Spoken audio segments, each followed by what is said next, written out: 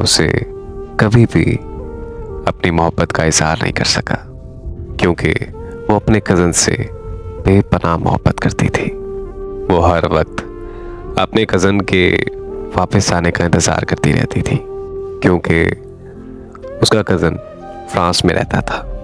वो मुझे अपना बेस्ट फ्रेंड समझकर हर वक्त मुझसे अपने कज़न की बातें शेयर करती रहती थी, जबकि मुझे इस चीज़ से बहुत जेलसी होती और मैं दिल ही दिल में दुआ करता रहता कि इनका ब्रेकअप हो जाए।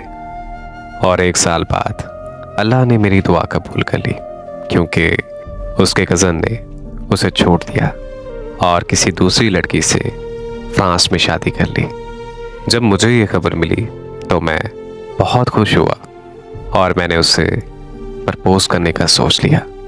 मगर अगले ही लम्हे मुझे पता चला कि उसने खुदकुशी करने की कोशिश की है, मगर अल्लाह का लाख लाख शुक्र है कि वो बच गई। मैंने उसे बहुत समझाया कि छोड़ के जाने वाला चला गया, तो तुम भी उसे भूल कर अपनी ज़िंदगी में आगे बढ़ो। मगर उसने मुझे कहा कि अगर वो बेवफा हो गया तो क्या हुआ, मैं क्यों मोहब्बत में बेवफाई करूं? मेरी मोहब्बत तो बिल्कुल सच्ची है।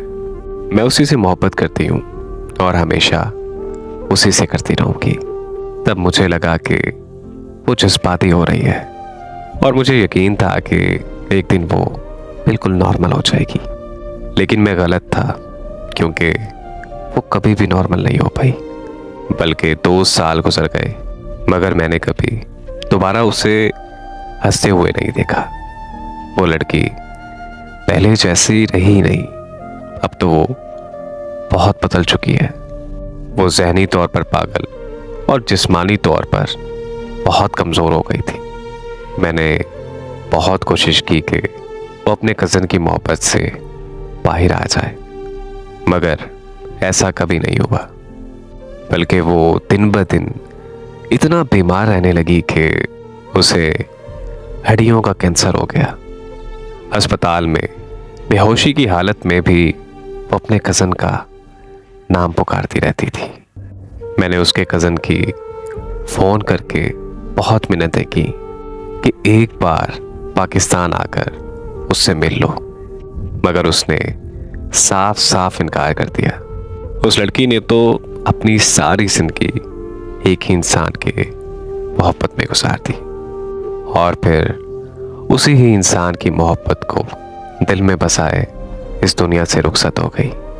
मैं उसकी मौत के बाद समझा कि मोहब्बत का असल मतलब हासिल करना नहीं होता, बल्कि जिससे आप मोहब्बत करते हैं उसकी खुशी में खुश होना होता है। मुझे बहुत अफसोस है कि काश मैं उन दिनों उनके ब्रेकअप की दुआएं ना करता, तो शायद वो आज जिंदा होती और अपनी शादीशुदा ज़िंदगी में खुश होती। तो शायद मेरी ज़िंदगी में भी आज सुकून होता। लेकिन मैंने ऐसा नहीं किया, बल्कि मैं बहुत मतलब परस्त निकला, जो अपने महबूब की मोहब्बत नाकाम करने के लिए दुआएं करता रहा। आज मुझे समझ आई कि मुझ जैसों का यही हाल होना चाहिए। हम हमेशा मोहब्बत को तरसते रहें।